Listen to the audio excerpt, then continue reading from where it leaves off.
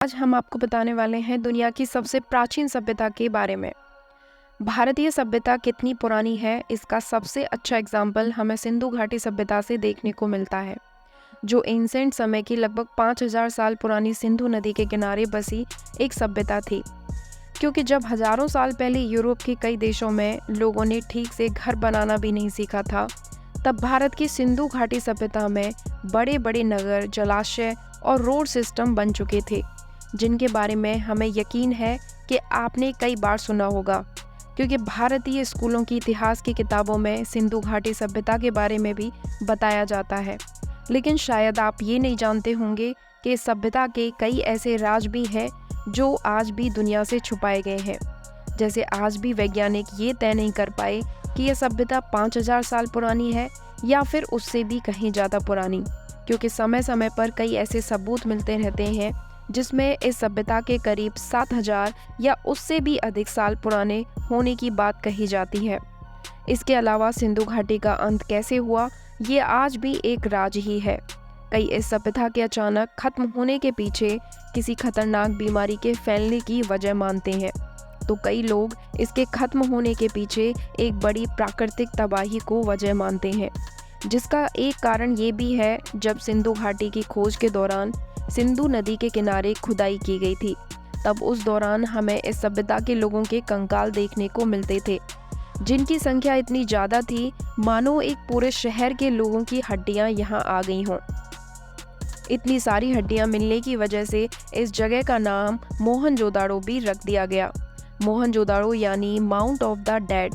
ये सभी राज सिंधु नदी के किनारे मिलने से इसका नाम सिंधु घाटी सभ्यता पड़ गया। 1922 का समय था। इस दौरान भारत और अंग्रेजों का शासन था और पाकिस्तान भारत का हिस्सा था। इस दौरान पुरातत्व वैज्ञानिक राय बहादुर दयाराम साहनी को 1921 में भारत के उत्तरी हिस्से यानी आज के पाकिस्तानी इलाके में कई ऐसी साइट देखने को मिली जहां कुछ खुदाई के बाद ही बड़े बड़े घर और पक्की सड़कें देखने को मिल रही थी, जो एक इशारा थी कि शायद यहाँ पर एक पुरानी एडवांस सिविलाइजेशन के बचे हुए हिस्से मौजूद हैं। जिसके बाद राय बहादुर दयाराम साहनी ने ये जानकारी ब्रिटिश सरकार के पुरातत्व सर्वेक्षण विभाग को दी।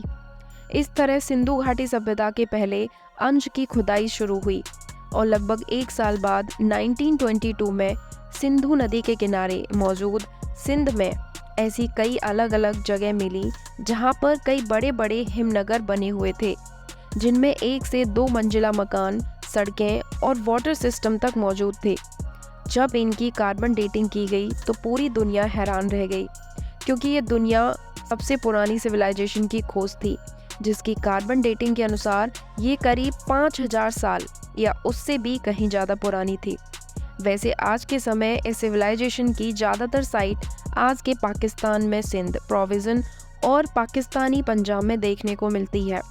शुरुआत में तो इसे सिंधु सभ्यता भी कहा जाता था, लेकिन बाद में समय समय पर इस सभ्यता के बारे में की गई रिसर्च और खुदाई के दौरान वैज्ञानिकों को इसके बारे में काफ़ी कुछ जानने को मिला और आज के समय हम जानते हैं कि ये सभ्यता भारतीय उपमहाद्वीप पर बड़े इलाके में फैली थी, जिसमें कुछ 6 मुख्य नगर थे, जिन्हें पुरातत्व विभाग ने हड़प्पा, मोहनजोदाड़ो, चंदुद्रो, लोथल, कालीबंगा, हिसार और बड़ाली नाम दिया गया। इन सभी नगरों में ही पक्के मकान देखने को मिलते हैं। ज़्यादातर खुदाई के दौरान यही देखा गया है कि सिंधु नदी के सभी शहरों को 2 हिस्सों में बांटा गया। पहला लोअर टाउन, दूसरा हायर टाउन। लोअर टाउन में शहर के बड़े हिस्सों के चारों तरफ दीवार बनाई जाती थी ताकि उस लोअर टाउन को हायर टाउन से अलग किया जा सके। इसके अलावा हायर टाउन वाले हिस्से में एक खास बात ये देखने को मिलती थी कि यहाँ एक बड़ा किला मौजूद होता था। सिंधु घाटी सभ्यता, जिसको हड़प्पा सभ्यता भी कहा जाता था, वहाँ पर खुदाई में प्राप्त हुए पत्थरों के ऊपर जिस भाषा में लिखा गया और साइन सिंबल बनाए गए, उन्हें आज तक नहीं पढ़ा गया। यानी आज तक वैज्ञानिक ये नहीं जानते थे कि अगर सिंधु घाटी के लोग कौन सी भाषा का प्रयोग करते थे। ये भाषा हमें सिंधु घाटी से अलग अलग सिक्कों पर देखने को मिलती थी, जिनमें इंसानों, जानवरों के सिंबल बने होते थे। कहा जाता है कि इतिहासकारों को खोज करने पर इस तरह के 1400 सिंबल वाले अलग अलग सामान मिले, जिनमें से 900 भारत में और बाकी पाकिस्तान और दूसरे देशों में मौजूद हैं। कहा जाता है कि हड़प्पा सभ्यता में लोगों ने 5500 साल पहले रहना शुरू किया था और 2600 बीसी आते आते इन्होंने इसकी तरक्की कर ली थी। आज के जैसे इनके घर ईंटों से बनाए गए थे और इन ईंटों की माप बिल्कुल बराबर हुआ करती थी।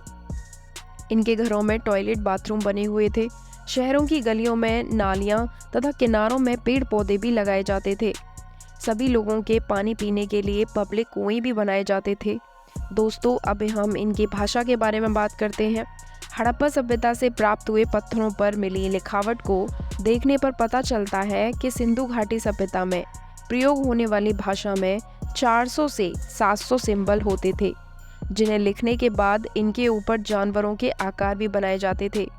लेकिन इनमें सबसे खास बात यह है कि सिंधु घाटी की ये भाषा आज के इंसानों की भाषा की तरह लेफ्ट राइट नहीं बल्कि राइट टू लेफ्ट हुआ करती थी। इसके अलावा सिंधु घाटी सभ्यता का संबंध हमारे दुनिया की कई और सभ्यताओं में भी देखने को मिलता है, क्योंकि सिंधु घाटी सभ्यता की खुदाई के दौरान कई ऐसे पत्थर भी देखने को मिले जिस पर दूसरी सभ्यताओं जैसे कि ग्रीक भाषा में स्क्रिप्ट लिखी हुई थी। इस पत्थर का नाम रोसिटा रोक रखा गया। पुरातत्व विभाग के लोगों का मानना है कि इस तरह के पत्थर कई हजार साल पहले सिंधु घाटी सभ्यता और ग्रीक सभ्यता के बीच होने वाले व्यापार के चलते भारत की सिंधु घाटी सभ्यता तक पहुंचे थे। दोस्तों, मोहनजोदाड़ो शहर में एक सबसे खास चीज़ ये पाई गई जिसका नाम है द ग्रेट बाथ। कहा जाता है कि एक स्विमिंग पूल की तरह था जिसको जली हुई ईंटों से बनाया गया था। अगर आकार की बात करें तो ये 900 स्क्वायर फीट चौड़ा और 2.4 मीटर गहरा बनाया गया था, जिसे पुरातत्व विभाग आज के आधुनिक युग में बनाए जाने वाले पानी के पुल से कंपेयर कर रहे हैं, जिसका प्रयोग आज हम नहाने और स्विमिंग पूल के लिए करते हैं। जिसके आकार को देखते हुए ये अंदाज़ा लगाया जा रहा है कि आज की तरह उस समय के इंसान भी इसे नहाने और साफ सफाई के लिए ही प्रयोग करते थे, क्योंकि इसके पास एक कुआं भी मौजूद था जिसके जरिए शायद साफ पानी इसमें डाला जाता था।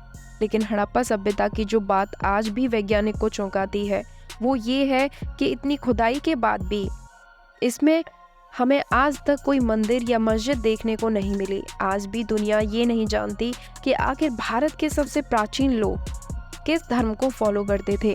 इसके अलावा यहाँ मंदिर या मस्जिद जैसी कोई भी धार्मिक स्थान न मिलने के कारण कई इतिहासकार ये भी अनुमान लगा रहे हैं कि शायद हड़प्पा सभ्यता में किसी तरह का कोई धर्म था ही नहीं, जो और भी ज़्यादा चौंकाने वाली बात है, क्योंकि ऐसा हम इंसानों के लिए सोच पाना काफ़ी मुश्किल है। सिंधु घाटी सभ्यता का अंत कैसे हुआ? जैसा कि हमने शुरुआत में बताया कि अभी तक पुरातत्व वैज्ञानिकों के पास इतने सबूत नहीं है कि वो इस नतीजे पर पहुंच सके कि सिंधु घाटी सभ्यता आखिर किस तरह अचानक खत्म हुई। लेकिन कई इतिहासकारों ने अपनी अलग थ्योरी दी। तो पहली थ्योरी है कि आज से करीब 3300 साल पहले 1300 बीसी के बीच सिंधु घाटी सभ्यता जिस सिंधु नदी के किनारे पर मौजूद थी उसमें एक बड़ी बाढ़ आई, जिसने इस पूरी सभ्यता को पानी में डुबो दिया और एक झटके में इसमें मौजूद सभी इंसान मर गए या फिर यहाँ से जान बचाकर भारत के दूसरे हिस्से में जाकर बस गए। वैसे सिंधु घाटी सभ्यता की अंत की इस थ्योरी के ऊपर 2016 में बॉलीवुड में मोहनजोदाड़ो नाम की एक मूवी भी बनाई गई थी। इसके अलावा दूसरी थ्योरी के मुताबिक सिंधु घाटी सभ्यता का अंत अचानक नहीं हुआ, बल्कि आज से करीब 3000 साल पहले धीरे धीरे इस सभ्यता में कई ऐसी खतरनाक बीमारियां फैलने लगी जिसका कोई इलाज नहीं था, जिसके चलते यहाँ तेजी से लोगों की मौत होने लगी और कई लोग बसते हुए भारत के दूसरे हिस्सों में जाकर बस गए। तब तक ये जगह पूरी तरह खंडर बन गई और यहाँ पर हजारों सालों तक किसी भी तरह की कोई सेटलमेंट नहीं हुई, जिसके बाद धीरे धीरे पास मौजूद सिंधु नदी के जल स्तर बढ़ने के कारण पूरी सभ्यता और इसमें मौजूद शहर पानी के नीचे चले गए और फिर बाद में जमीन के कई मीटर नीचे दब गए, जिसके बाद करीब 5000 साल बाद 1922 में इसे खोजा गया।